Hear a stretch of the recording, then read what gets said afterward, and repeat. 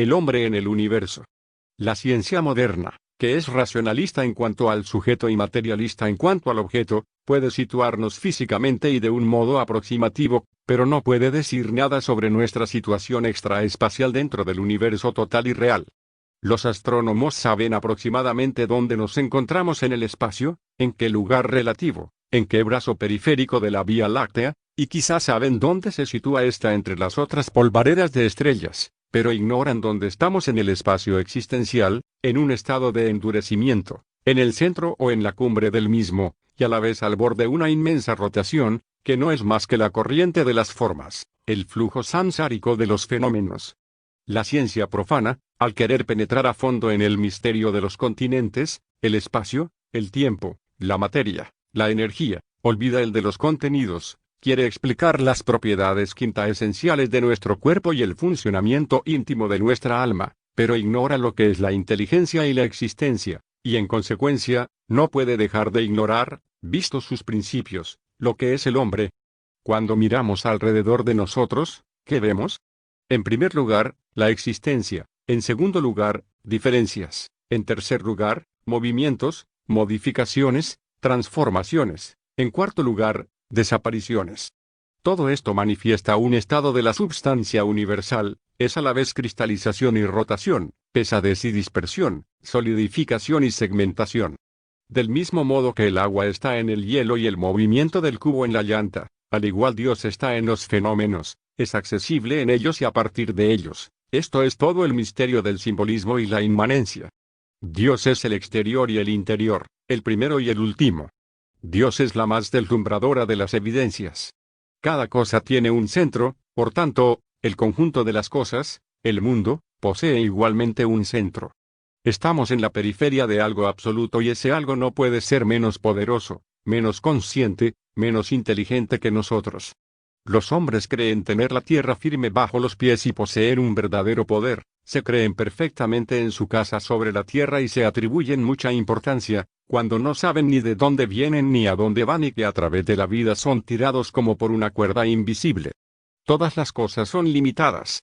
Ahora bien, quien dice limitación, dice efecto, y quien dice efecto, dice causa. Es así como todas las cosas, por su limitación como por sus contenidos, prueban a Dios, causa primera y, por consiguiente, ilimitada. Una vez más, ¿qué es lo que prueba extrínsecamente el absoluto? Primero lo relativo, puesto que no tiene sentido más que por la absolutidad que restringe, y en segundo lugar, lo relativamente absoluto, es decir, el reflejo de lo absoluto en lo relativo. La pregunta de las pruebas intrínsecas o directas del absoluto no tiene por qué plantearse al estar la evidencia en el propio intelecto y en consecuencia en todo nuestro ser, de tal modo que las pruebas indirectas no podrían jugar más que un papel de soportes o causas ocasionales. En el intelecto, el sujeto y el objeto se confunden o se interpenetran de alguna manera. La certidumbre existe prácticamente, pues si no la palabra no existiría, no hay, pues, ninguna razón en negarla en el plano de la intelección pura y de lo universal. El ego es a la vez un sistema de imágenes y un ciclo, es algo como un museo y un paseo único e irreversible a través de este museo. El ego es un tejido en movimiento hecho de imágenes y tendencias. Estas vienen de nuestra propia substancia y aquellas nos son suministradas por el ambiente. Nosotros mismos nos colocamos en las cosas y situamos las cosas en nosotros mismos, mientras que nuestro ser verdadero es independiente. Al lado de este sistema de imágenes y tendencias que es nuestro ego hay miríadas de otros sistemas de imágenes y tendencias. Los hay que son peores o menos bellos que el nuestro y los hay mejores o más hermosos.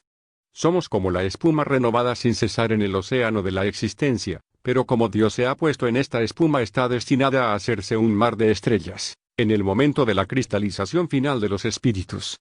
El ínfimo sistema de imágenes debe convertirse, más allá de su contingencia terrestre, en una estrella inmortalizada en el halo de la divinidad. Esta estrella puede concebirse en diversos grados, los nombres divinos son sus arquetipos, más allá de las estrellas brilla el sol del sí mismo, en su trascendencia fulgurante y en su paz infinita. El hombre no escoge, sigue su naturaleza y su vocación y es Dios quien escoge.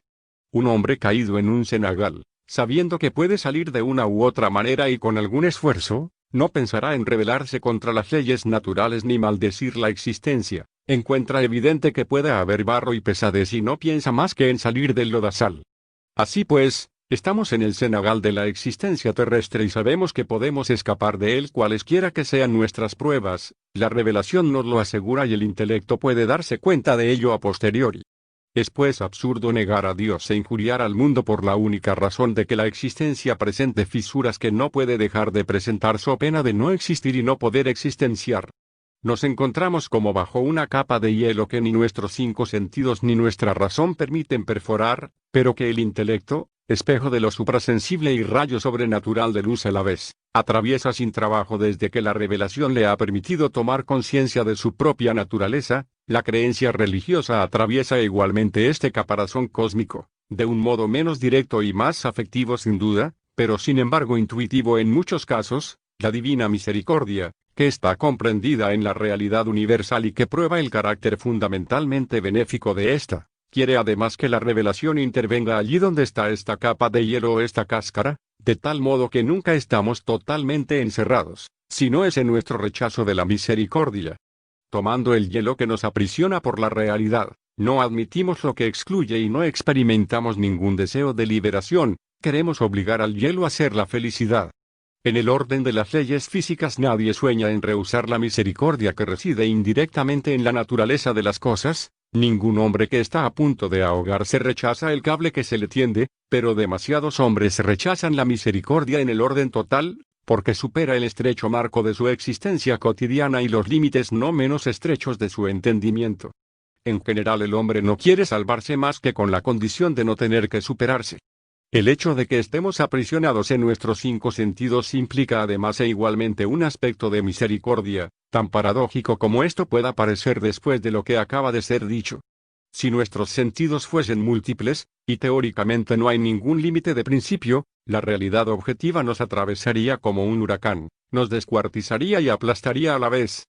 Nuestro espacio vital sería transparente, estaríamos como suspendidos por encima de un abismo o como precipitados a través de un macrocosmos inconmensurable, con las entrañas visibles como si dijéramos y llenos de espanto, en lugar de vivir en una parcela maternal y caritativamente opaca e impermeable del universo, pues un mundo es una matriz y la muerte un cruel nacimiento, nos encontraríamos sin cesar frente a una totalidad de espacios o abismos, y enfrente de miríadas de criaturas y fenómenos, de los que ningún ser individual podría soportar la percepción.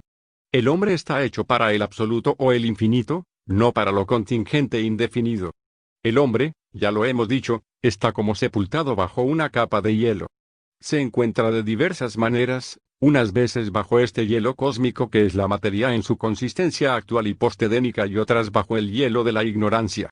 La bondad está en la substancia misma del universo y en consecuencia traspasa hasta llegar a nuestra materia sin embargo maldita. Los frutos de la tierra y la lluvia del cielo que nos permiten vivir no son otra cosa que manifestaciones de la bondad que todo lo penetra y que reanima al mundo, y que llevamos en nosotros mismos en el fondo de nuestros enfriados corazones. El simbolismo del chorro del agua nos recuerda que todo es por definición una exteriorización proyectada en un vacío en sí inexistente, pero sin embargo perceptible en los fenómenos. El agua en esta imagen es esa substancia de sueño, Shakespeare, que produce los mundos y los seres. La distancia de las gotas de agua respecto a su fuente se traduce, en la escala macrocósmica, en un principio de coagulación y endurecimiento, en cierto plano también de individuación. La gravedad que hace volver a caer las gotas es entonces la atracción sobrenatural del centro divino. Esta imagen del chorro del agua no da cuenta sin embargo de los grados de realidad ni sobre todo de la trascendencia absoluta del centro o del principio, da cuenta de la unidad de la substancia o de la no irrealidad, pero no de la separación existencial que sustrae lo relativo de lo absoluto. El primer aspecto va del principio a la manifestación y el segundo de la manifestación al principio, es decir, que hay unidad desde el punto de vista del principio y diversidad o separatividad desde el punto de vista de los seres en cuanto que no son más que ellos mismos. En cierto sentido, los mundos son como los cuerpos vivientes y los seres son como la sangre o el aire que los atraviesa, los continentes como los contenidos son proyecciones ilusorias fuera del principio, ilusorias porque en realidad nada podría salir de él. Pero los contenidos son dinámicos y los continentes estáticos. Esta distinción no aparece en el simbolismo del chorro del agua, pero sí en el de la respiración o la circulación sanguínea. El sabio mira las cosas desde el aspecto de su exteriorización necesariamente imperfecta y efímera, pero también las mira desde el de sus contenidos perfectos y eternos. En un contexto moral y, por tanto, estrictamente humano y volitivo, esta exteriorización coincide indirectamente con la noción del pecado, y este es un aspecto que el hombre como criatura pasional y que actúa nunca debe perder de vista. Ha habido muchas especulaciones sobre el problema de saber cómo el sabio, el gnóstico o el jnani, ve el mundo fenoménico, y los ocultistas de todo género no se han privado de emitir las teorías más fantásticas sobre la clarividencia y el tercer ojo. En realidad, la diferencia entre la visión ordinaria y aquella de la que goza el sabio o el gnóstico sin duda alguna no es de orden sensorial. El sabio ve las cosas en su contexto total, y por tanto en su relatividad y en su transparencia metafísica a la vez, no las percibe como si fuesen físicamente diáfanas o dotadas de sonidos místicos o con un aura visible, aunque a veces se pueda describir su visión por medio de imágenes semejantes. Si vemos ante nosotros un paisaje y sabemos que es un espejismo, incluso si el ojo no lo percibe, lo miramos de otro modo que si fuese un paisaje real. Una estrella nos hace otra impresión que una luciérnaga, aun cuando las circunstancias ópticas sean tales que la sensación sea la misma para el ojo. El sol nos llenaría de espanto si no se pusiese. De este modo es como la visión espiritual de las cosas se distingue mediante la percepción concreta de las relaciones universales y no por un carácter sensorial particular. El tercer ojo es la facultad de ver los fenómenos subspecie aeternitatis y por ello en una especie de simultaneidad. A ellos se añaden a menudo por la fuerza de las cosas intuiciones sobre las modalidades prácticamente imperceptibles. El sabio ve las causas en los efectos y los efectos en las causas, ve a Dios en todo y todo en Dios. Una ciencia que penetra en las profundidades de lo infinitamente grande y lo infinitamente pequeño en el plano físico, pero que niega los otros planos que sin embargo revelan la razón suficiente de la naturaleza sensible y suministran su clave, es un mal más grande que la ignorancia pura y simple. A fin de cuentas es una contraciencia cuyos últimos efectos no pueden dejar de ser mortales. En otros términos, la ciencia moderna es a la vez un racionalismo totalitario que elimina tanto la revelación como el intelecto, y un materialismo totalitario que ignora la relatividad metafísica, y por consiguiente la impermanencia, de la materia y del mundo, ignora que lo suprasensible, que está más allá del espacio y del tiempo, es el principio concreto del mundo y en consecuencia también está en el origen de esta coagulación contingente y cambiante que llamamos materia. La llamada ciencia exacta es de hecho una inteligencia sin sabiduría, como a la inversa la filosofía postescolástica es una sabiduría sin inteligencia. El principio de individuación produce visiones espirituales cada vez más restringidas. Hay, primero, más allá de este principio, la visión intrínseca de la divinidad, es no ver más que a Dios. La próxima etapa, en orden descendente, es ver todo en Él, y la siguiente es ver a Dios en todo. En cierto sentido, estos dos modos de ver son equivalentes o casi equivalentes. Viene después la visión completamente indirecta del hombre ordinario, las cosas y Dios, y finalmente, la ignorancia que no ve más que las cosas y que excluye a Dios, lo que equivale a decir que reduce prácticamente el principio a la manifestación o la causa al efecto. Pero en realidad solo Dios se ve, ver a Dios es ver por Él. Es preciso conocer el continente y no dispersarse en los contenidos. El continente es, en primer lugar, el milagro permanente de la existencia, luego, el de la conciencia o la inteligencia, y a continuación, el de la alegría, que, como un poder expansivo y creador, llena como si dijéramos los espacios existencial e intelectual. Será quemado todo lo que no es capaz de inmortalidad, los accidentes perecen, solo la realidad permanece. Hay en cada hombre una estrella incorruptible, una substancia llamada a cristalizarse en la inmortalidad y eternamente prefigurada en la luminosa proximidad del sí mismo. Esta estrella el hombre no la libera más que en la verdad, en la oración y en la virtud. Notas. 1. La filosofía moderna es la liquidación de las evidencias y, por tanto, de la inteligencia en el fondo, en algún grado ya no es una sofía, sino más bien una misosofía. 2. Todo lo que deviene, merece perecer, dijo Goethe en Fausto, otorgando abusivamente esta función destructiva al diablo, cuyo papel se limita en realidad a la perversión y a la subversión. 3. Gnóstico. Siempre empleamos esta palabra en el sentido etimológico, sin tener en cuenta todo lo que puede llamarse gnosticismo históricamente. La gnosis es lo que tenemos presente y no sus desviaciones pseudo-religiosas. 4. No es sin razón que los védicos llaman a la ignorancia tomar una cuerda por una serpiente. 5. Las interpretaciones recientes quizás afinan la noción de materia, pero no superan su nivel. 6. No es realmente exacta, puesto que niega las cosas que no puede probar en su terreno y con sus métodos, como si la imposibilidad de las pruebas materiales o matemáticas fuese una prueba de inexistencia. Caída y decadencia. El hombre antiguo y medieval era objetivo en el sentido de que su espíritu todavía estaba fuertemente determinado por el elemento objeto, tanto en el plano de las ideas como en el de las cosas sensibles. Estaba muy lejos del relativismo de los modernos que compromete la realidad objetiva reduciéndola a los accidentes naturales sin alcance superior y sin cualidad simbólica, y también del psicologismo que pone en tela de juicio el valor del sujeto que conoce y destruye prácticamente la misma noción de inteligencia. Hablar de un elemento objeto en el plano de las ideas no es una contradicción, pues un concepto, siendo evidentemente un elemento subjetivo como fenómeno mental, es al mismo tiempo, con el mismo título que cualquier otro fenómeno sensorial, un elemento objetivo para el sujeto que toma conocimiento del mismo.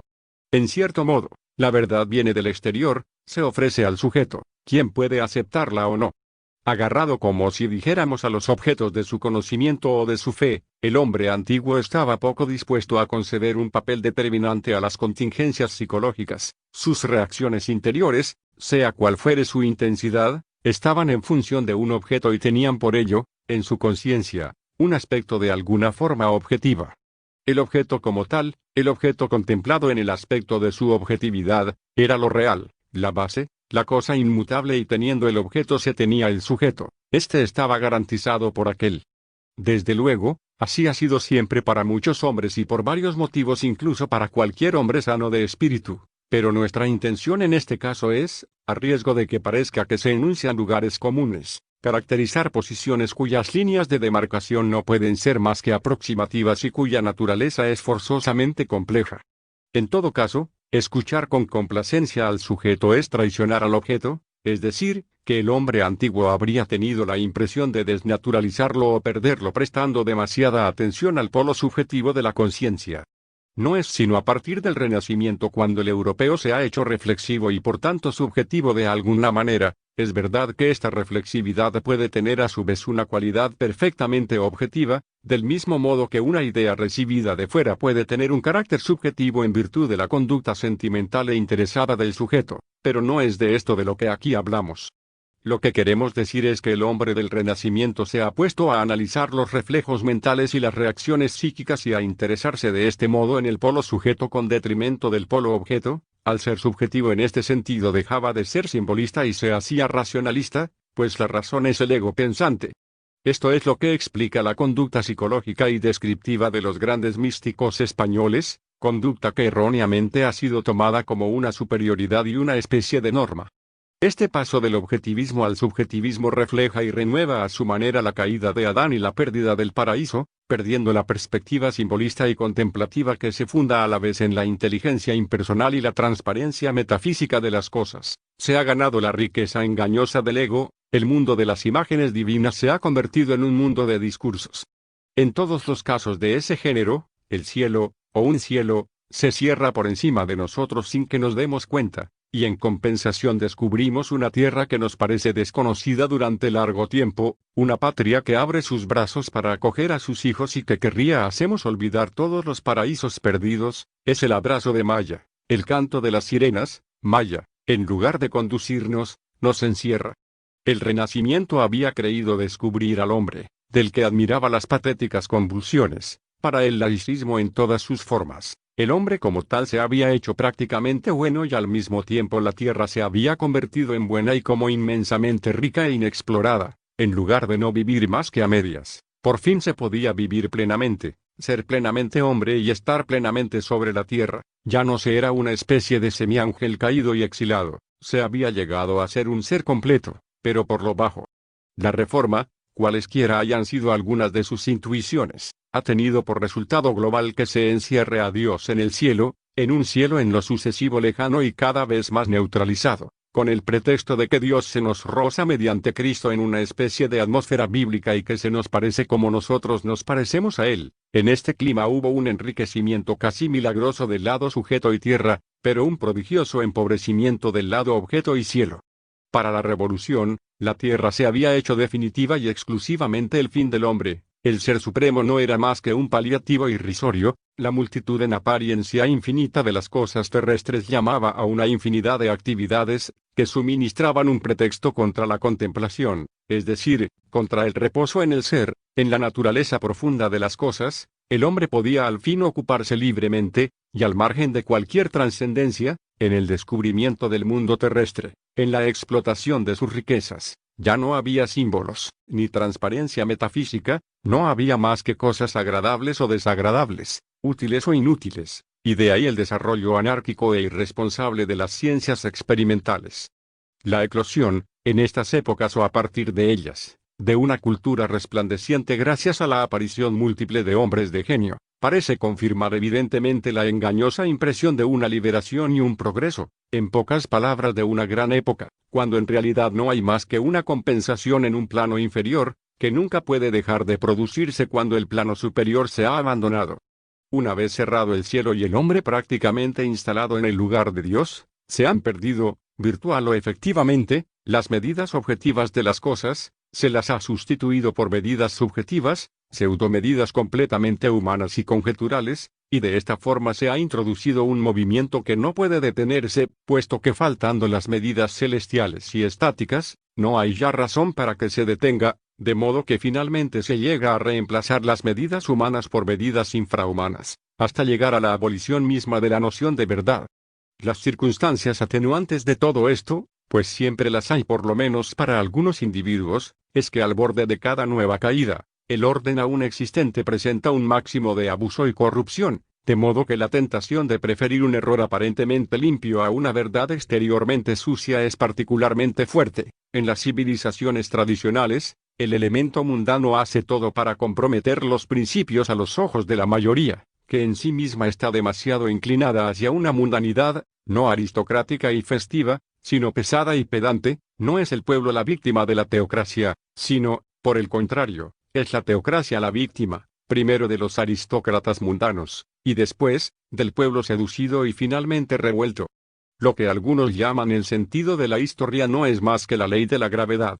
Afirmar que las medidas del hombre antiguo eran celestiales y estáticas, equivale a decir que este hombre vivía todavía en el espacio. El tiempo solo era la contingencia que consumía las cosas y frente a la cual debían imponerse siempre de nuevo los valores espaciales, como si dijéramos, es decir, permanentes por definitivos.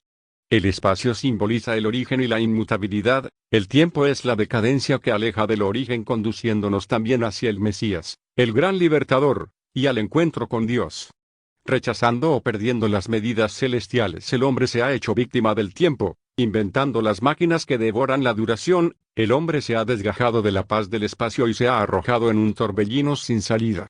La mentalidad contemporánea busca en efecto reducir todo a categorías temporales. Una obra de arte, un pensamiento, una verdad, no tienen valor en sí mismas y al margen de cualquier clasificación histórica, sino únicamente por el tiempo en que se las sitúa con razón o sin ella. Todo se considera como la expresión de un tiempo y no de un valor intemporal e intrínseco, lo que es completamente conforme al relativismo moderno, a ese psicologismo o biologismo destructor de los valores esenciales. Esta filosofía extrae el máximo de originalidad de lo que, prácticamente, no es otra cosa que el odio de Dios. Es imposible injuriar directamente a un Dios en el que no se cree. Se le injuria indirectamente a través de las leyes naturales e incluso se llega hasta denigrar la misma forma del hombre y su inteligencia, aquella con la que se piensa y se injuria. Sin embargo, uno no se escapa a la verdad inmanente. Cuanto más blasfema, dice el maestro Eckhart, más alaba a Dios. Hemos hablado anteriormente del paso de la objetividad a la subjetividad reflexiva. Fenómeno señalado por Maritain, subrayando a la vez el carácter ambiguo de esta evolución.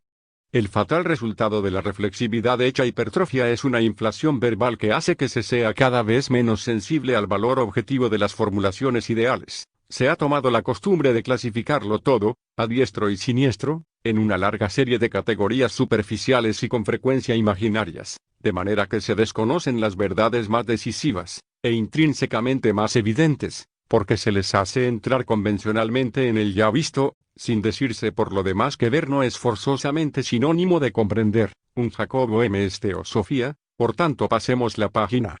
Estas costumbres impiden distinguir la visión vivida del sabio de la virtuosidad mental del pensador profano. Por todas partes no se ve más que literatura, que además es la literatura de tal y tal tiempo. Pero con toda evidencia la verdad no es un asunto personal. Los árboles florecen y el sol sale sin que nadie tenga que preguntar quién les ha sacado del silencio o de las tinieblas, y los pájaros que cantan no tienen nombre. En la Edad Media no había más que 2 o 3 tipos de grandeza, el santo y el héroe, también el sabio, y después en menor escala y como por reflejo el pontífice y el príncipe, el genio y el artista. Estas grandezas del universo laico no habían nacido todavía. Los santos y los héroes son como las apariciones terrestres de los astros, remontan después de su muerte al firmamento, a su lugar eterno, son casi puros símbolos, signos espirituales que solo se han apartado provisionalmente del iconostasio celestial en el que estaban engarzados desde la creación del mundo. La ciencia moderna, con su carrera vertiginosa, en progresión geométrica, hacia un abismo en el que se hunde como un vehículo sin freno, es otro ejemplo de esta pérdida del equilibrio espacial propio de las civilizaciones contemplativas y todavía estables. Censuramos esta ciencia, y sin duda no somos ni el primero ni el único en hacerlo, no en tanto estudia un campo fragmentario dentro de los límites de su competencia, sino en cuanto pretende en principio el conocimiento total y aventura conclusiones que exigirían conocimientos suprasensibles y propiamente intelectivos que a priori rechaza. En otros términos, los fundamentos de esta ciencia son falsos porque, desde el punto de vista del sujeto, sustituye el intelecto y la revelación por la razón y la experiencia, como si no fuese contradictorio pretender la totalidad sobre una base empírica, y desde el punto de vista del objeto reemplaza la substancia por la materia mientras niega el principio universal o lo reduce a la materia o a algún pseudo absoluto desprovisto de todo carácter trascendente. En todas las épocas y países ha habido revelaciones, religiones, sabidurías. La tradición forma parte del hombre como éste forma parte de la tradición. La revelación es desde cierto punto de vista la intelección infalible de la colectividad total, en tanto ésta se ha hecho providencialmente el receptáculo de una manifestación del intelecto universal. La fuente de esta intelección no es por supuesto la colectividad como tal, sino el intelecto universal o divino en cuanto se adapta a las condiciones de una colectividad intelectual y moral, se trate de un grupo étnico o de un grupo determinado por condiciones mentales más o menos particulares.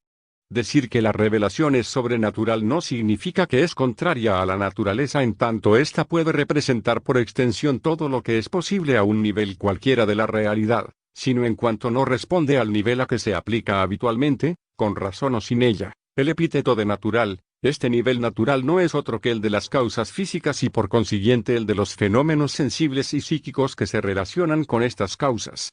Si no hay motivo para culpar a la ciencia moderna mientras estudia una esfera concreta dentro de los límites de su competencia, la exactitud y la eficacia de sus resultados dan fe de ello. Hay que añadir esta importante reserva: el principio, la extensión y el desarrollo de una ciencia o de un arte están en función de la revelación y de las exigencias de la vida espiritual, sin olvidar las del equilibrio social. Es absurdo reivindicar derechos ilimitados para algo en sí contingente, como la ciencia o el arte.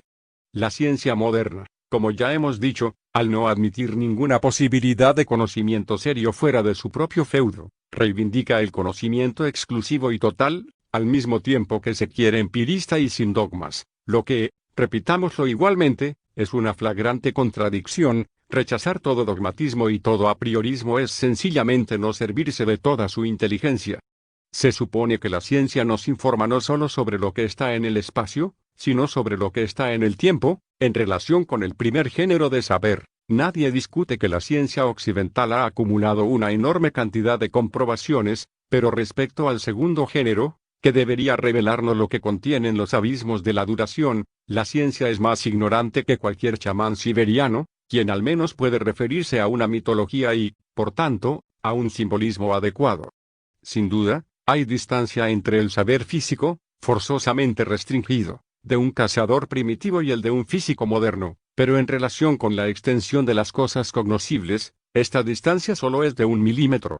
La misma exactitud de la ciencia moderna, o de alguna de sus ramas, se encuentra gravemente amenazada, y de manera bastante imprevista, por la intrusión del psicoanálisis, incluso del surrealismo y otras formas de lo irracional erigido en sistema, o del existencialismo que no es irracional, sino carente de inteligencia. Hablando con rigor, lo racional exclusivo no puede dejar de provocar semejantes interferencias, por lo menos en sus puntos vulnerables tales como la psicología o la interpretación psicológica, o psicologizante, de los fenómenos que se le escapan por definición.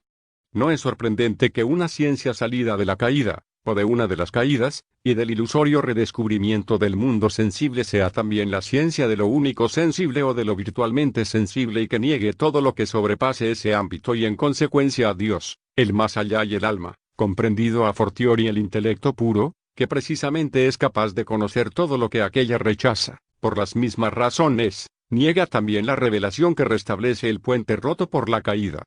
De acuerdo con las observaciones de la ciencia experimental, el cielo azul que se extiende por encima de nosotros no es un mundo de beatitud, sino una ilusión óptica debida a la refracción de la luz en la atmósfera y desde este punto de vista se tiene evidentemente razón en negar que la estancia de los bienaventurados se encuentre allá arriba, pero se cometería un gran error si se negara que la asociación de ideas entre el cielo visible y el paraíso celestial deriva de la naturaleza de las cosas y no de la ignorancia y la ingenuidad mezclada con la imaginación y el sentimentalismo, pues el cielo azul es un símbolo directo y, por tanto, adecuado de los grados superiores, y suprasensoriales, de la existencia. Es incluso una reverberación lejana de estos grados y lo es forzosamente desde el momento en que es realmente un símbolo, consagrado por las escrituras sagradas y la intuición unánime de los pueblos. Este carácter de símbolo es tan concreto y eficaz que las manifestaciones celestes, cuando se producen en nuestro mundo sensible, descienden sobre la tierra y ascienden al cielo. El simbolismo sensible está en función de la realidad suprasensible que refleja. Los años luz y la relatividad de la relación espacio-tiempo no tienen nada que ver en el problema, perfectamente exacto y positivo, del simbolismo de las apariencias y su conexión a la vez analógica y ontológica con los órdenes celestiales o angélicos, que el mismo símbolo pueda no ser más que una ilusión de óptica nada quita a su exactitud y eficacia, pues cualquier apariencia, comprendida la del espacio y las galaxias, no es hablando con rigor más que una ilusión creada por la relatividad.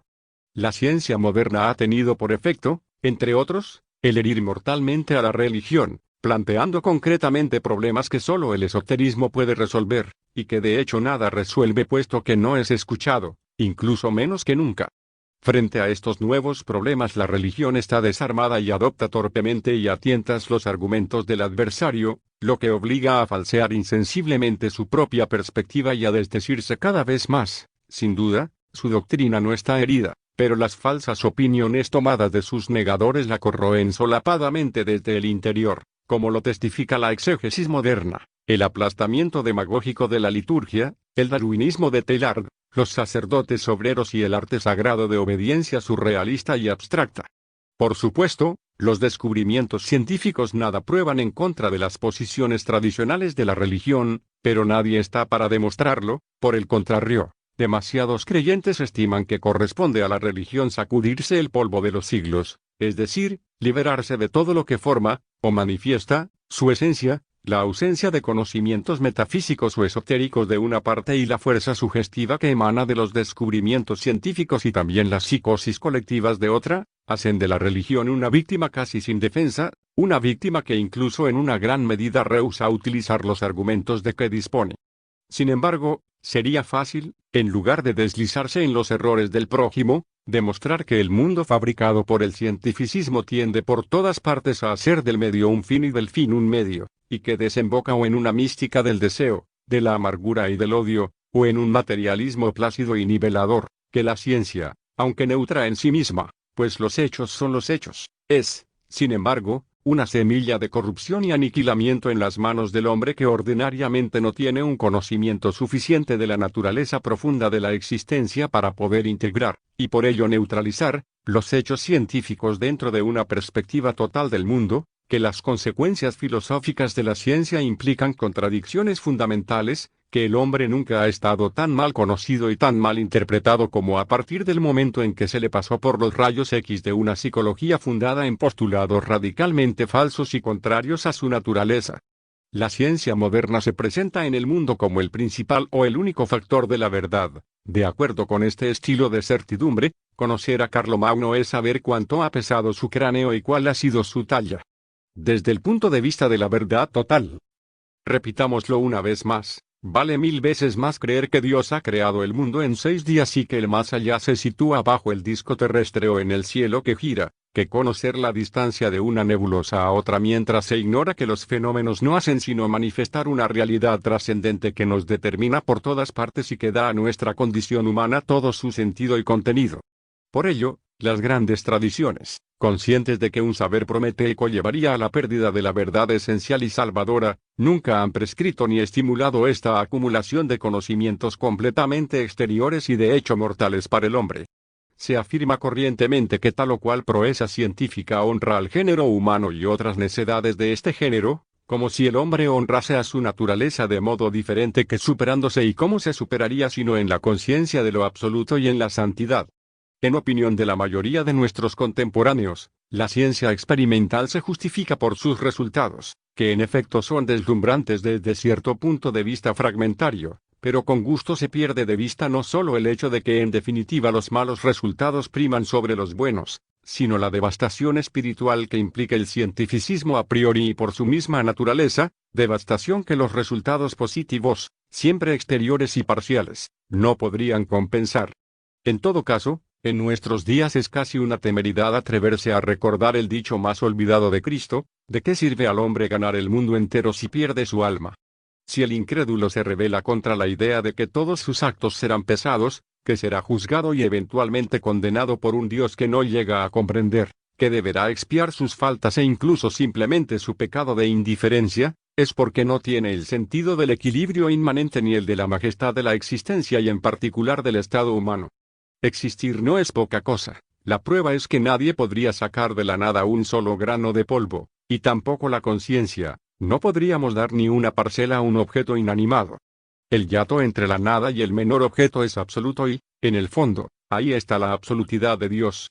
Lo que hay de atroz en los que afirman que Dios ha muerto o incluso que ha sido enterrado, es que por ello se colocan forzosamente en el lugar de lo que niegan, lo quieran o no. Llenan psicológicamente el vacío dejado por la noción de Dios, lo que provisionalmente, y paradójicamente, les confiere una falsa superioridad e incluso una especie de carácter pseudo-absoluto, o una especie de falso realismo de rasgos altivos y glaciales y, si es preciso, falsamente modestos. De repente, su existencia, y la del mundo, está terriblemente sola frente al vacío dejado por el Dios inexistente. Es el mundo y ellos mismos, ellos, los cerebros del mundo, quienes en lo sucesivo soportan el peso del ser universal en lugar de descansar en él como lo exigen la naturaleza humana y, antes que nada, la verdad. Su pobre existencia individual, no la existencia como tal en tanto participan en ella y que les parece por lo demás absurda en la medida en que tienen una idea de ella, su existencia, está condenada a una especie de divinidad, o más bien a un simulacro de divinidad, y de ahí esta apariencia de superioridad de la que hablábamos, esta seguridad marmórea que se combina de buena gana con una caridad hinchada de amargura y dirigida en el fondo contra Dios. El aislamiento engañoso de que se trata explica la mística de la nada y la angustia como también la receta asombrosa de la acción libertadora, esto es, del compromiso, privado de la existenciación divina o creyendo estarlo, el hombre debe sustituirla, so pena de hundirse en su propia nada, por un sucedáneo de existencia, precisamente la acción comprometida. Pero en el fondo todo esto no es más que una capitulación imaginativa y sentimental ante la máquina. Puesto que la máquina solo tiene valor por lo que produce, el hombre no existe más que por lo que hace, no por lo que es. Ahora bien, el hombre definido por la acción ya no es un hombre, es un castor o una hormiga. En el mismo orden de ideas, es preciso señalar la necesidad de falsos absolutos en todos los planos, de ahí el tonto dramatismo de los artistas modernos. El hombre antiguo, que tenía el sentido de la relatividad de los valores y que ponía cada cosa en su lugar, aparece entonces como mediocre, complaciente e hipócrita. El fervor místico que está en la naturaleza humana es desviado de sus objetos normales y absurdamente dilapidado, se le coloca en una naturaleza muerta o en una pieza de teatro, o en las trivialidades que caracterizan el reino de la máquina y de la masa. Independientemente del ateísmo doctrinal y de las especialidades culturales, El hombre moderno se mueve en el mundo como si la existencia no fuese nada o como si la hubiese inventado. Para él es una cosa tan banal como el polvo bajo sus pies, tanto más que ya no tiene conciencia del principio trascendente e inmanente a la vez, y dispone de ella con seguridad y descuido en una vida desacralizada y, por tanto, insignificante. Todo se concibe a través de un tejido de contingencias, de relaciones, de prejuicios. Ningún fenómeno se considera ya en sí mismo, en su ser, ni se capta en su raíz. Lo contingente ha usurpado el rango de lo absoluto. El hombre ya casi no razona más que en función de su imaginación falseada por las ideologías de una parte y el ambiente artificial de otra. Por esto, las doctrinas escatológicas, con todo lo que tienen de excesivo para la sensibilidad de los que solo tienen por evangelio su materialismo y su disipación y cuya vida no es sino una huida ante Dios, dan la medida de la situación cósmica del hombre. Lo que las revelaciones quieren de nosotros y lo que el cielo nos impone o inflige, es lo que somos en realidad, lo pensemos o no, lo sabemos en el fondo de nosotros mismos, por poco que nos descarguemos de la monstruosa acumulación de imágenes falsas que se ha instalado en nuestra mente. Sería preciso volver a ser capaces de captar el valor de la existencia y, en la multitud de los fenómenos, el sentido del hombre, sería necesario volver a encontrar las medidas de lo real. Nuestras reacciones hacia las escatologías tradicionales, o hacia la que nos concierne, dan la medida de nuestra comprensión del hombre. Hay en el hombre algo que puede concebir el absoluto e incluso alcanzarlo y que, en consecuencia, es absoluto. Partiendo de este dato, se puede medir toda la aberración de los que encuentran completamente natural tener el derecho o la oportunidad de ser hombre, pero que quieren serlo al margen de la naturaleza integral del hombre y las actitudes que implica. Por supuesto, la posibilidad paradójica de negar la forma igualmente parte de esta naturaleza, pues ser hombre, es ser libre en el sentido de lo relativamente absoluto, de la misma manera que es una posibilidad humana el aceptar el error o arrojarse a un abismo. Hemos dicho antes que los descreídos ya no tienen el sentido de la nada ni de la existencia, que ya no conocen el precio de esta y que nunca la miran en relación con la nada de la que se separa milagrosamente. Los milagros propiamente dichos no son en suma más que variantes particulares de este milagro inicial, y presente por todas partes, que es el hecho de existir. Lo milagroso y lo divino están en todo, la mentalidad humana es la que está ausente. En el fondo, no hay más que tres milagros: la existencia, la vida, la inteligencia. Con esta última la curva que brota de Dios se cierra sobre sí misma, al igual que un anillo que en realidad nunca ha salido del infinito. Cuando se confronta el mundo moderno con las civilizaciones tradicionales, no se trata simplemente de buscar por cada lado los bienes y los males, como hay bien y mal por todas partes. Se trata esencialmente de saber de qué lado se encuentra el mal menor. Si alguien nos dice que hay, fuera de la tradición, tal o cual bien, responderemos, sin duda, pero hay que escoger el bien más importante y es forzosamente la tradición quien lo representa, y si se nos dice que hay en la tradición tal o cual mal, responderemos, sin duda, pero hay que escoger el mal menor y es también la tradición quien lo tiene. Es ilógico preferir un mal que implica algunos bienes a un bien que implica algunos males. Ciertamente, limitarse a admirar los mundos tradicionales es detenerse todavía en un punto de vista fragmentario, pues cualquier civilización es una espada de doble filo, no es un bien total sino por sus elementos invisibles que la determinan positivamente. Por varios motivos, cualquier sociedad humana es mala, si se le quita todo carácter trascendente, lo que equivale a deshumanizarla, ya que este carácter es esencial al hombre mientras dependa de un consentimiento libre, se priva al mismo tiempo a la sociedad de toda su razón de ser, y no queda más que un montón de hormigas, en absoluto superior a otro montón de hormigas, puesto que las necesidades vitales y, en consecuencia, el derecho a la vida siguen siendo los mismos en todas partes, se trate de hombres o insectos. Es un error de lo más pernicioso creer que la colectividad humana, por una parte, y el bienestar de esta colectividad, por otra, representan un valor absoluto y, por tanto, un fin en sí mismos. Las civilizaciones tradicionales, como hechos sociales y aparte de su valor intrínseco, no hay en ello una rigurosa delimitación, son, a pesar de sus inevitables imperfecciones, diques levantados contra la marea creciente de la mundanidad, del error, la subversión y la caída renovada sin cesar. Esta caída es cada vez más agobiante, pero será vencida a su vez por la irrupción final del fuego divino, ese fuego del que las tradiciones eran ya las cristalizaciones terrestres. Rechazar los marcos tradicionales a causa de los abusos humanos equivale a admitir que los fundadores de las religiones no sabían lo que hacían y también que los abusos no están en la naturaleza humana, que son, pues, evitables incluso en sociedades que cuentan con millones de hombres, y que se pueden evitar gracias a medios puramente humanos, lo que constituye la contradicción más flagrante que se pueda imaginar. En cierto sentido, el pecado de Adán fue un pecado de curiosidad. A priori, Adán veía las contingencias con el criterio de su vinculación a Dios y no en sí mismas. Lo que se considera con este criterio está más allá del mal, por ello desear ver la contingencia en sí misma es desear ver el mal y también el bien como contraste del mal.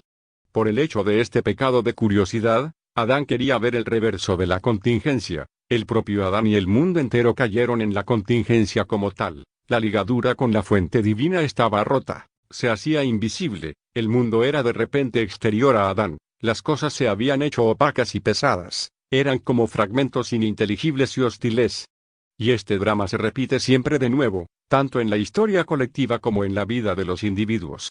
El saber desprovisto de sentido, aquel al que no tenemos derecho ni por su naturaleza, ni por nuestra capacidad, ni en consecuencia por nuestra vocación, ese saber no enriquece, empobrece.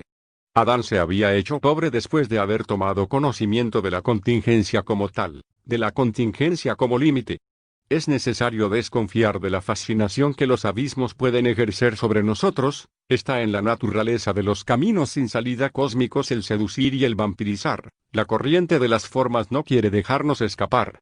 Las formas pueden ser trampas lo mismo que pueden ser símbolos y claves. La belleza puede encadenar a las formas al igual que puede ser una puerta hacia lo informal.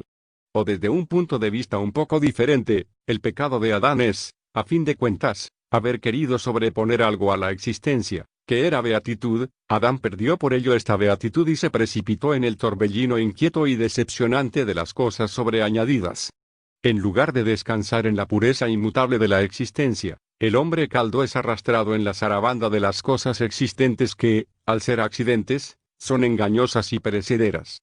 En el cosmos cristiano, la Santa Virgen es la encarnación de esta pureza nívea, es inviolable y misericordiosa como la existencia o la substancia. Dios, al encarnarse, ha traído consigo la existencia, que es como su trono, se ha hecho preceder por ella y ha venido al mundo con ella. Dios no puede entrar en el mundo más que a través de la existencia virgen. El problema de la caída evoca el de esta teofanía universal que es el mundo. La caída no es más que un eslabón particular de este proceso, por lo demás, en todas partes no se presenta como una falta, sino que en ciertos mitos toma la forma de un acontecimiento extraño a la responsabilidad humana o angélica. Si hay un cosmos, una manifestación universal, debe haber también una caída o caídas, pues quien dice manifestación dice otro que Dios y alejamiento. Sobre la tierra el sol divino está velado, de ello resulta que las medidas de las cosas son relativas, que el hombre puede darse para lo que no es y que las cosas pueden aparecer como lo que no son, pero una vez desgarrado el velo, en el momento de este nacimiento que es la muerte, el sol divino aparece, las medidas se hacen absolutas, los seres y las cosas se hacen lo que son y siguen las vías de su verdadera naturaleza. Esto no quiere decir que las medidas divinas no alcancen nuestro mundo, pero están como filtradas por su caparazón existencial, y de absolutas que eran se convierten en relativas, y de ahí el carácter flotante e indeterminado de las cosas terrestres. El astro solar no es otro que el ser visto a través de este caparazón. En nuestro microcosmos el sol está representado por el corazón. Porque vivimos en todos los aspectos en semejante concha es por lo que tenemos necesidad, para saber quiénes somos y dónde vamos, de este desgarro cósmico que es la revelación, y se podría subrayar a este respecto que el absoluto nunca consiente en hacerse relativo de una manera total y sin interrupción. En la caída y sus secuelas a través de la duración vemos el elemento absolutidad finalmente devorado por el elemento contingencia. Está en la naturaleza del sol el ser devorado por la noche como está en la naturaleza de la luz brillar en las tinieblas y no ser comprendida. Numerosos mitos expresan esta fatalidad cósmica, inscrita en la naturaleza misma de lo que podemos llamar el reino del demiurgo. El prototipo de la caída no es otro que el proceso de la misma manifestación universal. ¿Quién dice manifestación, proyección, alienación, salida? Dice también regresión, reintegración, regreso, apocastasis. El error de los materialistas, sean cuales sean las sutilidades por medio de las cuales entienden disolver la noción convencional y ya caduca de materia, es partir de la materia como de un dato primordial y estable, cuando no es más que un movimiento, una especie de contracción transitoria de una substancia en sí inaccesible a nuestros sentidos. Nuestra materia empírica, con todo lo que implica, deriva de una protomateria suprasensible y eminentemente plástica. En ella es donde se ha reflejado y encarnado el ser terrestre primordial, lo que en el hinduismo enuncia el mito del sacrificio de Purusa. Bajo el efecto de la cualidad segmentada de esta protomateria, la imagen divina se ha quebrado y diversificado, pero las criaturas todavía eran, no individuos que se desgarraban entre ellos, sino estados contemplativos derivados de modelos angélicos y, a través de ellos, de nombres divinos, y en este sentido se ha podido decir que en el paraíso los corderos vivían junto a los leones. No se trata en este caso más que de prototipos hermafroditas, de forma esférica suprasensorial, de posibilidades divinas, salidas de las cualidades de clemencia y rigor, de belleza y fuerza, de sabiduría y alegría. Es en esta ile protomaterial donde tuvo lugar la creación de las especies y la del hombre, creación parecida a la cristalización súbita de una solución química sobresaturada, después de la creación de Eva, la bipolarización del andrógino primordial, tuvo lugar la caída, la exteriorización de la pareja humana, la cual arrastró a continuación, ya que en la protomateria sutil y luminosa todo estaba unido y era solidario, la exteriorización o materialización de todas las demás criaturas terrestres. Sí, por consiguiente, su cristalización en materia sensible, pesada, opaca y mortal. No recordamos en qué texto tradicional hemos leído que el cuerpo humano e incluso el cuerpo que vive a secas, es como la mitad de una esfera, todas nuestras facultades y movimientos miran y tienden hacia un centro perdido, que sentimos como delante de nosotros, pero vuelto a encontrar simbólica e indirectamente, en la unión sexual. Pero el resultado no es más que una dolorosa renovación del drama, una nueva entrada del espíritu en la materia. El sexo opuesto no es sino un símbolo, el verdadero centro está oculto en nosotros mismos, en el corazón intelecto. La criatura reconoce algo del centro perdido en su pareja, el amor que resulta de ello es como una sombra lejana del amor a Dios y de la beatitud intrínseca de Dios, es también una sombra del conocimiento que quema las formas, que une y libera. Todo el proceso cosmogónico se vuelve a encontrar de una manera estática en el hombre, estamos hechos de materia, es decir, de densidad sensible y solidificación, pero en el centro de nuestro ser se encuentra la realidad suprasensible y trascendente, que es a la vez infinitamente fulgurante e infinitamente apacible. Creer que la materia es el alfa por lo que todo ha comenzado, equivale a afirmar que nuestro cuerpo es el principio de nuestra alma y, por consiguiente, que el origen de nuestro ego, de nuestra inteligencia, de nuestros pensamientos está en nuestros huesos, en nuestros músculos y órganos. En realidad, si Dios es el omega es necesariamente también el alfa, so pena de caer en el absurdo. El cosmos es un mensaje de Dios a sí mismo por medio de sí mismo, como dirían los sufíes, y Dios es el primero y el último y no solamente el último. Hay una especie de emanación, pero es estrictamente discontinua a causa de la trascendencia del principio y la inconmensurabilidad esencial de los grados de realidad. El emanacionismo, por el contrario, postula una continuidad que afectaría al principio en función de la manifestación. Se ha dicho que el universo visible es una explosión y en consecuencia una dispersión a partir de un centro misterioso. Lo cierto es que el universo total, que en su mayor parte nos es invisible por principio y no solo de facto, describe semejante movimiento, simbólicamente hablando, para desembocar en el punto muerto de su expansión. Este punto está determinado primero por la relatividad en general y después por la posibilidad inicial del ciclo de que se trata. El mismo ser vivo se asemeja a una explosión cristalizada, si uno puede expresarse de este modo, es como si se hubiese cristalizado de pavor ante Dios. Habiéndose cerrado con acento agudo mismo el acceso al cielo y habiendo repetido en varias ocasiones, y en marcos más restringidos, la caída inicial, el hombre ha acabado por perder la intuición de todo lo que le sobrepasa y al mismo tiempo se ha hecho inferior a su propia naturaleza, pues no se puede ser plenamente hombre más que por Dios, y la tierra no es bella más que por su lazo con el cielo. Incluso si el hombre es todavía creyente, olvida cada vez más lo que quiere la religión en el fondo, se asombra de las calamidades de este mundo, sin dudar de que puedan ser gracias, ya que desgarran, como la muerte, el velo de la ilusión terrestre y permiten así morir antes de morir y por tanto vencer la muerte. Muchas gentes se imaginan que el purgatorio o el infierno es para los que han matado, robado, mentido, fornicado y así sucesivamente, y que basta con haberse abstenido de estas acciones para merecer el cielo. En realidad, el alma va al fuego por no haber amado a Dios o por no haberlo amado suficientemente. Esto se comprenderá si uno se acuerda de la ley suprema de la Biblia: amar a Dios con todas nuestras facultades y con todo nuestro ser. La ausencia de este amor no es forzosamente el asesinato o la mentira o cualquier otra transgresión, pero es forzosamente la indiferencia, y esta tara es la más generalmente extendida, siendo la señal misma de la caída. Es posible que los indiferentes no sean criminales, pero es imposible que sean santos. Son ellos los que entran por la puerta ancha y caminan sobre la vía espaciosa, y es de ellos de quienes dice el Apocalipsis: por esto, porque eres tibio y no tienes ni frío ni calor, te vomito de mi boca. La indiferencia hacia la verdad y hacia Dios es vecina del orgullo y va acompañada de la hipocresía. Su aparente dulzura está llena de suficiencia y arrogancia. En este estado del alma el individuo está contento de sí mismo, incluso si se acusa de defectos menores y se muestra modesto, lo que no le compromete a nada y, por el contrario, refuerza su ilusión de ser virtuoso. Es el criterio de indiferencia el que permite sorprender al hombre común como en flagrante delito, agarrar por el cuello, como si dijéramos, el vicio más solapado y más insidioso, y probar a cada uno su pobreza y desamparo. Esta indiferencia es en suma el pecado original, o lo que lo manifiesta más generalmente. La indiferencia está en las antípodas de la impasibilidad espiritual o del desprecio de las vanidades y también de la humildad. La verdadera humildad es saber que no podemos añadir nada a Dios y que, aunque poseyéramos todas las perfecciones posibles y hubiésemos cumplido las obras más extraordinarias, nuestra desaparición nada quitaría a lo eterno.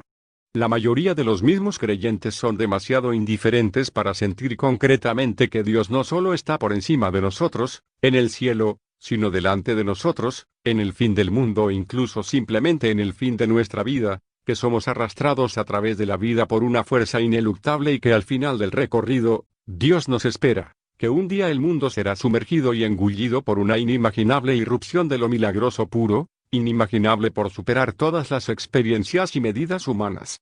El empirismo humano no podría, pues, ser testigo de ello, como tampoco una efímera puede estatuir sobre la alternación de las estaciones.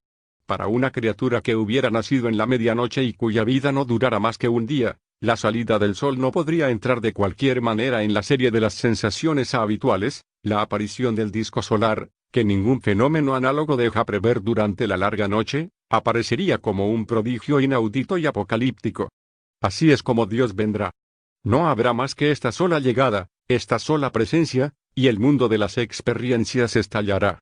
En el hombre marcado por la caída, la acción no solo predomina sobre la contemplación, sino que incluso la suprime. Normalmente la alternativa no debería plantearse, al no ser la contemplación, en su naturaleza propia, ni solidaria ni opuesta a la acción, pero el hombre caído no es precisamente el hombre normal en sentido absoluto.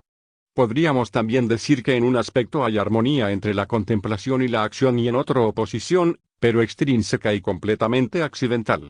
Hay armonía en el sentido de que nada puede oponerse por principio a la contemplación, es la tesis inicial del Bhagavad Gita, y hay oposición en tanto los planos difieren, del mismo modo que es imposible contemplar a la vez un objeto muy cercano y el paisaje lejano que está detrás. Al igual es imposible, desde este solo punto de vista, contemplar y actuar a la vez. El hombre caído es el hombre arrastrado por la acción y encerrado en ella, y por esto también es el hombre del pecado. La alternativa moral viene menos de la acción que del exclusivismo de ésta, es decir, del individualismo y su ilusoria extraterritorialidad frente a Dios. La acción se hace en cierta manera autónoma y totalitaria, cuando debería insertarse en un contexto divino, en un estado de inocencia que no podría separar el acto de la contemplación. El hombre de la caída está a la vez comprimido y descuartizado por dos pseudo-absolutos, el yo que pesa y la cosa que disipa, el sujeto y el objeto, el ego y el mundo. Desde el despertar por la mañana el hombre se da cuenta que él es y enseguida piensa en tal o cual cosa. Entre el ego y el objeto hay un vínculo, que lo más normalmente es la acción, y de ahí el ternario que se contiene en esta frase: yo hago esto, o lo que equivale a lo mismo, yo quiero esto. El ego, el acto y la cosa son prácticamente tres ídolos, tres pantallas que ocultan el absoluto. El sabio es el que coloca el absoluto en lugar de estos tres términos. En él es Dios quien es la personalidad trascendente y real, el principio del yo. El acto es la afirmación de Dios, en el sentido más amplio, y el objeto es Dios todavía, es lo que realiza, de la manera más directa posible, la oración, o la concentración, quinta esencial, que engloba virtual o efectivamente toda la vida y el mundo por entero. En un sentido más exterior y general, cualquier hombre debe ver los tres elementos sujeto, acto y objeto en Dios en la medida en que es capaz de ello por sus dones y por la gracia. El hombre de la caída es un ser fragmentario y por ello hay para él un peligro de desviación, pues quien dice fragmentario dice desequilibrado, propiamente hablando.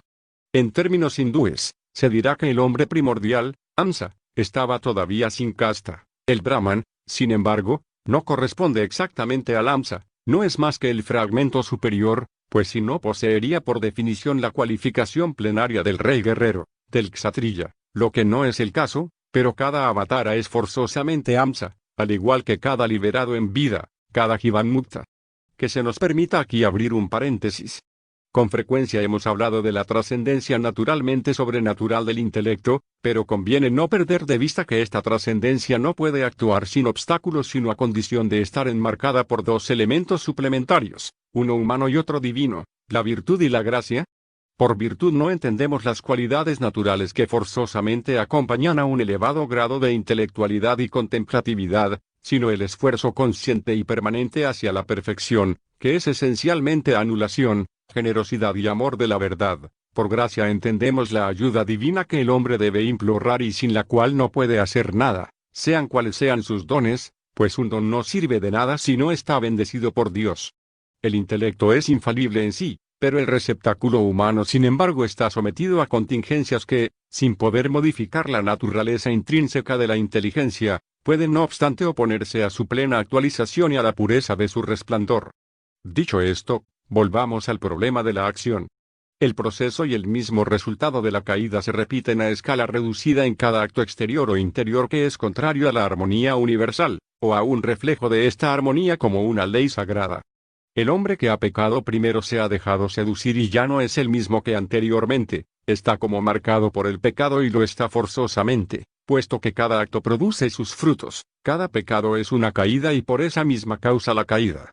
Al hablar de pecado entendemos distinguir un pecado relativo o extrínseco, un pecado absoluto o intrínseco y un pecado de intención. Es relativo el pecado que no se opone más que a una moral específica, la poligamia para los cristianos o el vino para los musulmanes, pero que, por el mismo hecho de esta oposición, para los interesados prácticamente equivale al pecado absoluto, como lo prueban las sanciones de ultratumba enunciadas por las respectivas revelaciones. Sin embargo, algunos pecados relativos pueden hacerse legítimos, en el mismo marco de la ley que lo reprueba, gracias a circunstancias particulares, es el caso del homicidio en la guerra, por ejemplo. Es absoluto o intrínseco el pecado que es contrario a todas las morales y excluido en todas las circunstancias, como la blasfemia o el desprecio de la verdad. En cuanto al pecado de intención es exteriormente conforme a una moral, o a todas las morales, pero interiormente opuesto a la naturaleza divina, como la hipocresía. Llamamos pecado a un acto que primeramente se opone a la naturaleza divina en una u otra de sus formas o modos. Pensamos aquí en las cualidades divinas y en las virtudes intrínsecas que las reflejan, y en segundo lugar, el acto que engendra en principio sufrimientos póstumos. Decimos en principio, pues de hecho la penitencia y los actos positivos de una parte y la misericordia divina de otra borran los pecados, o pueden borrarlos.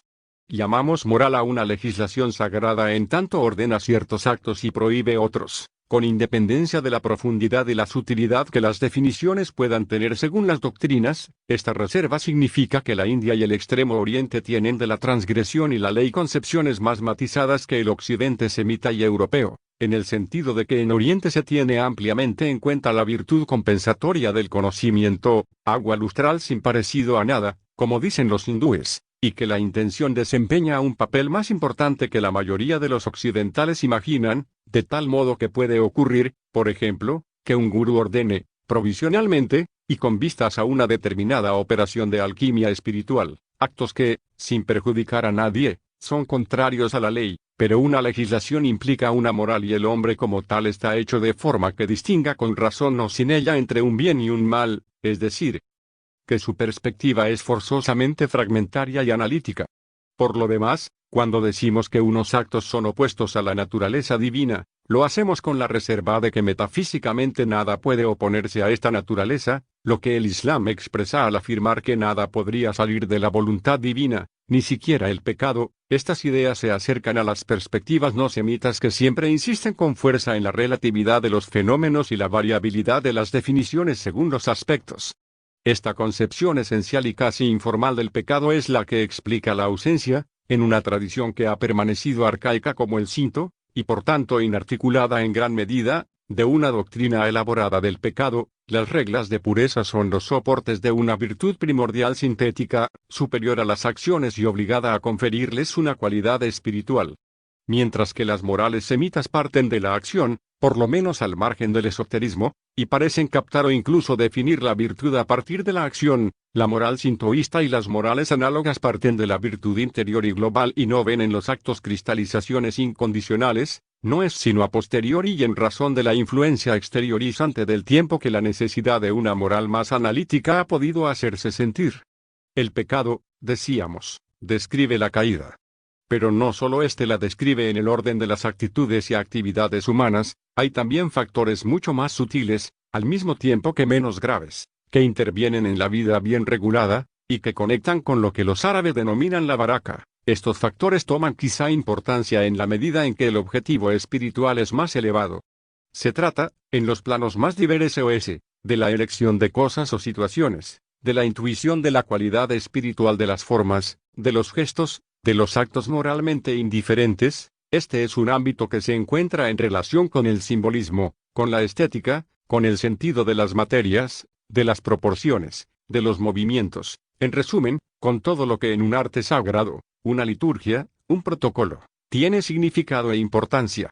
Desde cierto punto de vista esto parece desdeñable, pero ya no lo es cuando se piensa en el manejo de las influencias espirituales, si se permite esta expresión, y uno se da cuenta de que hay formas que atraen las presencias angélicas, mientras que hay otras que las rechazan. En el mismo orden de ideas diremos que hay, junto a las obligaciones, una especie de cortesía respecto al cielo. Las cosas tienen sus aspectos cósmicos y sus perfumes y es preciso que cada cosa guarde como un recuerdo del paraíso. Hay que vivir según las formas y los ritmos de la inocencia primordial y no según los de la caída. Actuar de acuerdo con la baraka es actuar conforme a una especie de estética divina, es una aplicación exterior del discernimiento de los espíritus o de la ciencia de los humores, ilm-e jawatir, en árabe, y también de una geometría y de una música sagradas y universales a la vez. Todo tiene un sentido y todo indica algo. Sentirlo y conformarse a ello evita muchos errores que el mero razonamiento no podría prevenir.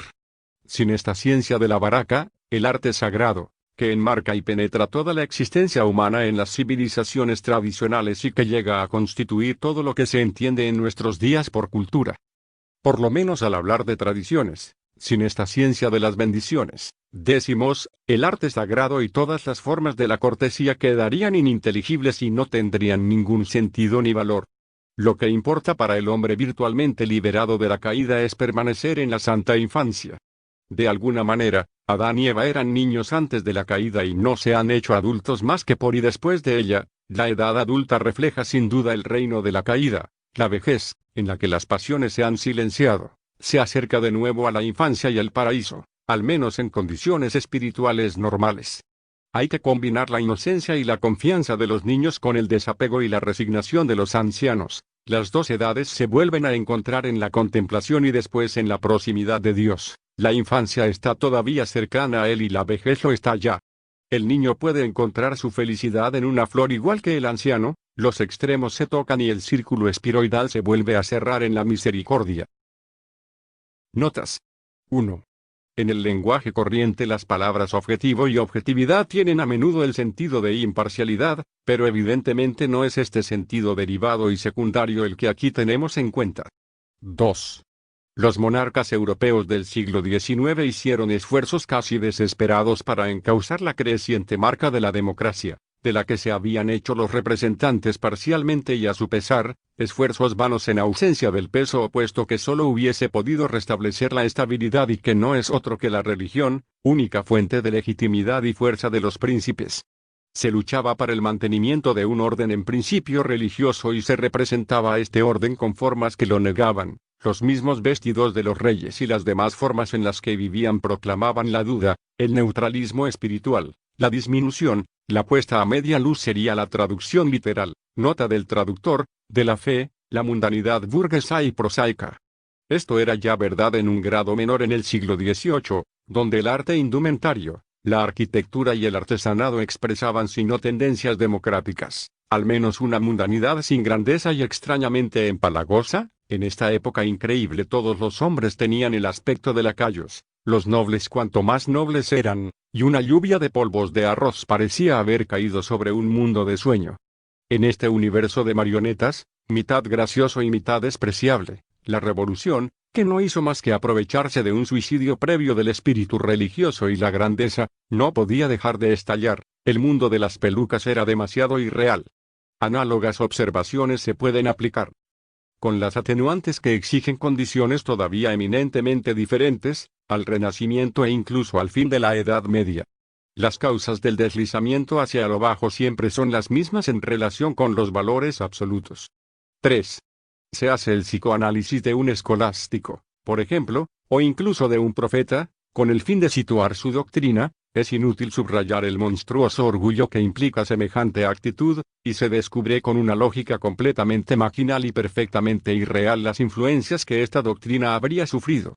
Al hacer esto no se duda en atribuir a los santos toda clase de procedimientos artificiales y hasta fraudulentos, pero evidentemente se olvida con una satánica inconsecuencia de aplicarse este principio a uno mismo y explicar su propia posición, pretendidamente objetiva, por consideraciones psicoanalíticas. En resumen, se trata a los sabios como enfermos y uno se toma por un dios.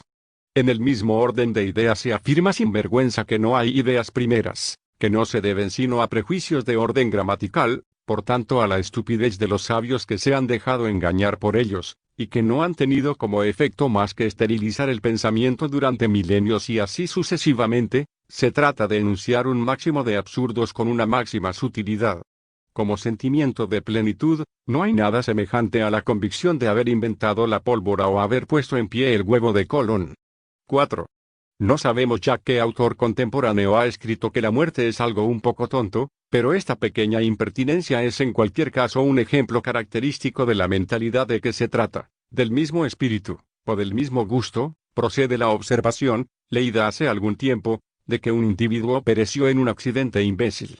Siempre es la naturaleza, la fatalidad, la voluntad de Dios, la realidad objetiva, lo que se pone en la picota. La subjetividad es quien se erige como medida de las cosas, ¿y qué subjetividad? 5. Es decir, aplicando las normas intelectuales que en este caso se imponen, puesto que se trata de filosofía. 6. Este matiz se impone porque se objetará que la ciencia va con elementos que escapan a nuestros sentidos. 7. No decimos que todos los sabios nieguen estas realidades, sino que la ciencia las niega, lo que es completamente diferente. 8. Quien dice símbolo, dice participación o aspecto sean cuales sean las diferencias de nivel. 9. Recordemos que Dios como sobreser, o sí mismo suprapersonal, es absoluto en un sentido intrínseco, mientras que el ser o la persona divina es extrínsecamente absoluto, es decir, que lo es en relación con su manifestación o con las criaturas, pero no en sí mismo, ni para el intelecto que penetra las profundidades de Dios. 10. Hay católicos que no dudan en pensar otro tanto de los padres griegos y los escolásticos, sin duda para compensar un cierto complejo de inferioridad. 11. En realidad, Dios tampoco es existente, en el sentido de que no podría reducirse a la existencia de las cosas. Sería necesario decir, para especificar que esta reserva no indica nada privativo, que Dios es no existente. 12. Esta idea se reduce a la percepción del mundo y de las cosas, es pues completamente indirecta. 13. Se olvida que los sabios o los filósofos que han determinado la vida intelectual de los siglos o los milenios, no hablamos de los profetas, no estaban comprometidos en absoluto, o más bien, que su compromiso estaba en su obra, lo que es plenamente suficiente. Pensar lo contrario es querer reducir la inteligencia o la contemplación a la acción, lo que está dentro de la línea existencialista. 14. Un hadith dice, me refugio junto a Dios ante una ciencia que no me sirve de nada, y otro, Uno de los títulos de nobleza del musulmán es no ocuparse de lo que no le concierne. Hay que permanecer en la inocencia primordial, no querer conocer el universo en detalle. Esta sed de saber, Buda lo ha dicho, retiene al hombre en el samsara. 15. Estáis dominados por el deseo de poseer siempre más. Corán. 16. Y la luna es el cerebro, que se identifica macrocósmicamente, si el sol es el ser, con el reflejo central del principio en la manifestación, reflejo susceptible de aumento y disminución en función de su contingencia y por consiguiente de las contingencias cíclicas. Estas correspondencias son de tal complejidad, al poder tomar un mismo elemento significados diversos, que no podemos señalarlas más que de pasada. Limitémonos a subrayar que el sol representa también, y forzosamente, al Espíritu Divino manifestado y que por esta razón debe disminuir al ponerse y aumentar al salir. Da luz y color porque es el principio y se pone porque no es más que la manifestación. La luna en este caso es el reflejo periférico de esta manifestación. Cristo es el sol y la iglesia es la luna. Es ventajoso para vosotros que me vaya, pero el Hijo del Hombre regresará. 17. La substancia o materia prima. 18. Expresión que Reneguenon empleó al hablar de la realización de la identidad suprema. Es plausible que la deificación se parezca, en dirección inversa, a su antípoda, la creación. 19. No se trata exclusivamente de una bhakti, de una vía afectiva y sacrificial, sino simplemente del hecho de preferir Dios al mundo, sea cual sea el modo de esta preferencia. El amor de las escrituras engloba en consecuencia también las vías sapienciales. 20. Fenelón ha visto con razón en la indiferencia la más grave de las enfermedades del alma. 21. Efímera, se dice de la planta que cumple el ciclo de su vida de un período muy corto. N del T. 22. Esto es lo que expresa la tragedia de Hamlet, había hechos y acciones, y exigencias de acción, pero el héroe de Shakespeare veía a través de todo esto, no veía más que los principios o las ideas, se hundía en las cosas como en un pantano, su misma vanidad, o su irrealidad, le impedía actuar, disolvía su acción, tenía frente a él no un mal determinado, sino el mal como tal, y se estrelló contra la inconsistencia, el absurdo, la incomprensión del mundo. La contemplación o aleja de la acción haciendo desaparecer los objetos de ésta, o vuelve la acción perfecta haciendo aparecer a Dios en el agente. La contemplatividad de Hamlet había desenmascarado al mundo, pero todavía no se había fijado en Dios, estaba como suspendida entre dos planos de realidad. En cierto sentido el drama de Hamlet es el de la nox profunda, quizás es también, en un sentido más exterior, el drama del contemplativo que está obligado a la acción, pero que no tiene vocación para esta. Es ciertamente un drama de la profundidad frente a la ininteligibilidad de la comedia humana. 23. El Cristo en mí, como decía San Pablo. 24. Esto se corresponde con el ternario sufí, el invocante, la invocación, lo invocado, dakir, dikr, madkur. 25. En ciertas disciplinas es el gurú quien hace función de Dios, lo que equivale prácticamente a lo mismo en consideración a los datos, y a los imponderables, del clima espiritual de que se trata. 26.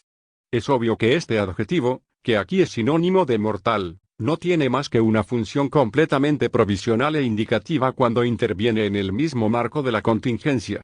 27. El Islam no ignora este punto de vista como lo atestigua la historia coránica del sabio misterioso que escandaliza a su discípulo con actos de intención secreta pero exteriormente ilegales. 28. O más precisamente a las prescripciones tal y como existen en el hinduismo, y en Occidente en el judaísmo sobre todo, no podrían tratarse de infracciones graves contra el orden público. 29. El cristianismo lo admite igualmente, por la fuerza de las cosas, pero poniendo menos insistencia. 30.